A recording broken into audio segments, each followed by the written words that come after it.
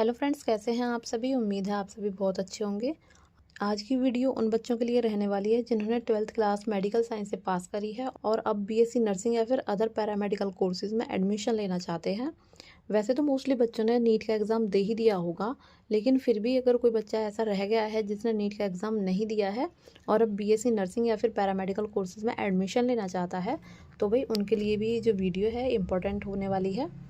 तो वीडियो का अंत तक जरूर देखिएगा।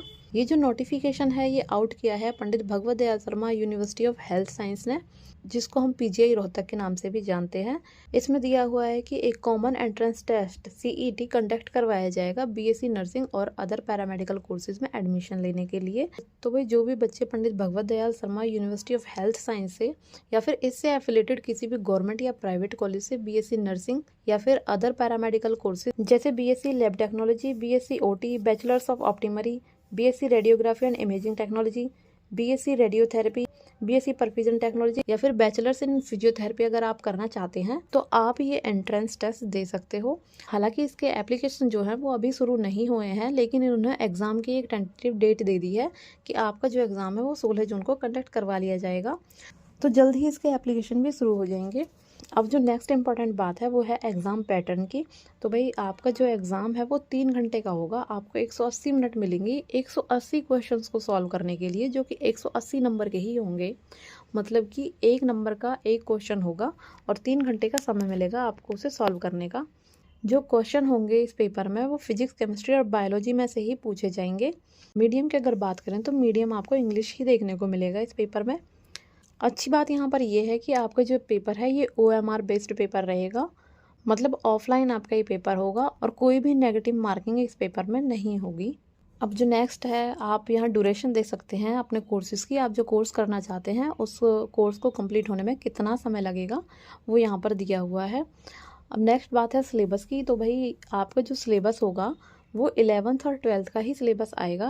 अगर आप सिलेबस के बारे में और जानना चाहते हैं तो आप ये PDF में देख सकते हैं। इन्होंने बहुत ही डिटेल के साथ टॉपिक वाइज सिलेबस को एक्सप्लेन किया हुआ है। बहुत अच्छे से यहाँ पर सिलेबस को बताया गया है कि 11th क्लास के कौन कौन से टॉपिक्स आपको प्रिपेयर करने हैं और 12th क्लास के कौन कौन से टॉपिक्स आपको प्रिपेयर करने हैं। अब लास्ट में एक और इम्पॉर्टेंट बात है कि ये जो एग्ज़ाम है वो 16 जून को ही कंडक्ट करवाया जाएगा या फिर ये पोस्टपोन होगा। तो फ्रेंड्स, अगर हम देखते हैं द स्कीम ऑफ एग्जामिनेशन को, तो यहाँ इन्होंने सबसे ऊपर दी हुई है डेट ऑफ एग्जामिनेशन और इसके आगे इन्होंने लिखा हुआ है to be notified on universities website. अगर ये फिक्स डेट होती तो यहाँ पर भी ये इस डेट को ही मेंशन करते।